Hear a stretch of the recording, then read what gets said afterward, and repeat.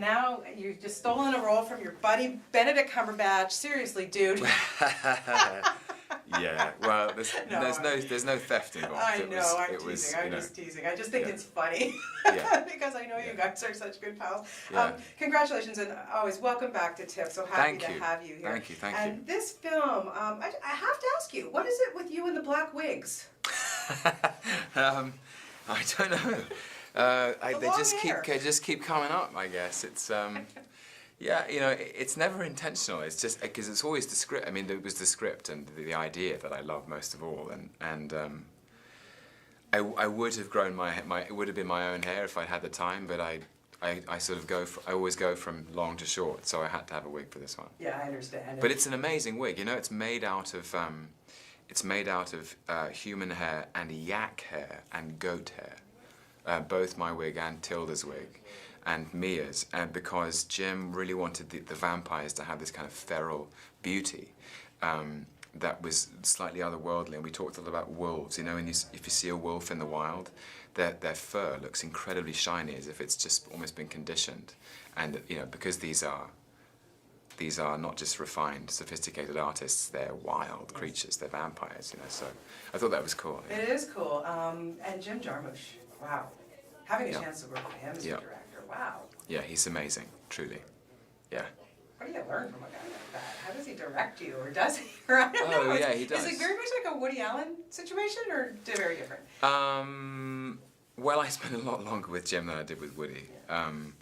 You know, Jim is he's just so unique. I've never worked with anyone like him because his knowledge is so deep, and he's so sophisticated and very humble, and I use this word very sparingly in my life, but he is just so cool, you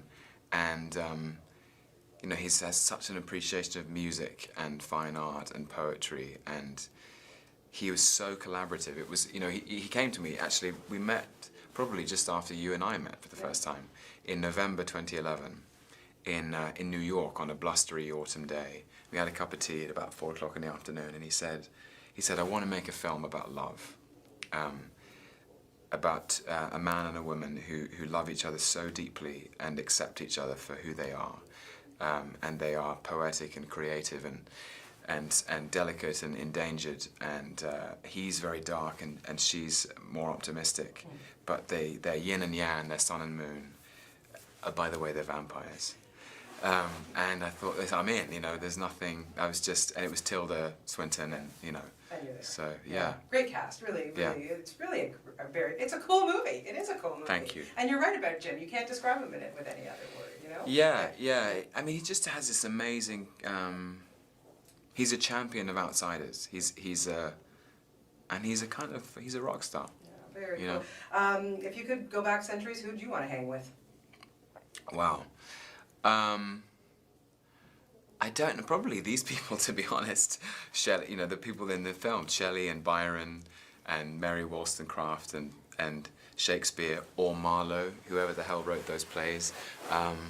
And if I could go back, who would I want to hang with?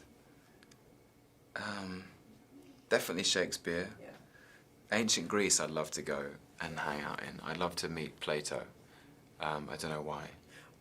Yeah, I think that would be a very cool discussion. Cool little tea party there. Yeah, absolutely. Yeah. I always draw a blank here. Like, it's people okay. think, like, who are the people from human history? You have so much on the go, and a couple things I want to address. You mentioned William Shakespeare. You are going to be doing Coriolanus on the stage. And what the coolest thing about this is that we get to see it here because they broadcast it on screens across North America. Yes, they do. And I've got my ticket, my friend. I already have my ticket. I cannot wait. It is the most amazing experience. Does it scare you to do Shakespeare? No. I mean, yes, but it makes me, it keeps me sharp. It's my great passion, actually, and I think it's the greatest challenge for an actor and the greatest reward, because what you have to do is you have to learn the words and digest them and absorb them so that you know them inside out. And because the words are so wise, I always feel like a more open, more compassionate person for for the doing of it. It's sort of like, I just feel a bit more alive when I'm doing Shakespeare. It's hard to put your finger on it, but it's very, very fulfilling. I'm sure. I love Shakespeare. Okay, Thor: The Dark World. We got to get there. I've told you this before, and I'm not joking. Loki is my absolute favorite villain on the. You are so awesome as Loki. I swear to God, I just want a Loki movie. 2 hours of Loki. Okay. I don't care if anybody else is there. I will be there. So will myself. We look forward to this. What was it like going back and being such? It's so much fun to be a bad guy, isn't it? Yeah, I mean he's an amazing character. He's been like just to do it once, to do it twice, to do it 3 times. It's been an extraordinary gift, and the thing that kind of that I really wanted to do this time was do something else. You know, in Thor, I was the antagonist and the anti-hero. In the Avengers, I was the villain.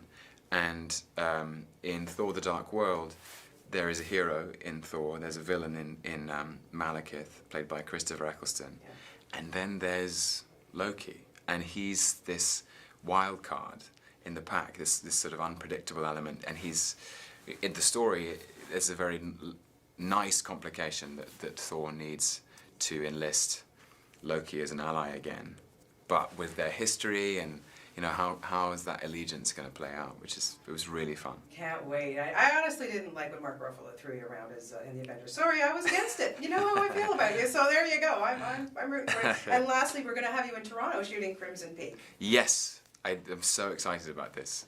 Yeah. Guillermo del Toro. Guillermo del Toro, the great master. Yeah. It's really, I'm so pleased I can talk about it because I've known about it for some time, and you know, you have to keep things under wraps until everyone's ready to tell the world. So it's, yeah, I really can't wait, and the cast is amazing, the script is phenomenal. Jessica Chastain, Mia Wasikowska, Charlie Hunnam, Jim Beaver, I can't remember who else at this point, but it's quite an intimate piece. And it's Guillermo back in the saddle of horror. You know, it's very, very, very spooky. Well, I know, like you said, I could talk to you forever. I know you're probably chomping at the bit over there, and there's just so much. But it's always my pleasure to talk to you. You're so I'm really, honestly, my son and I are probably your biggest fans here in Canada. We really love you. And you deserve all the success that you're getting. It's thank you so much. Wonderful. Oh, you're so welcome, Tom.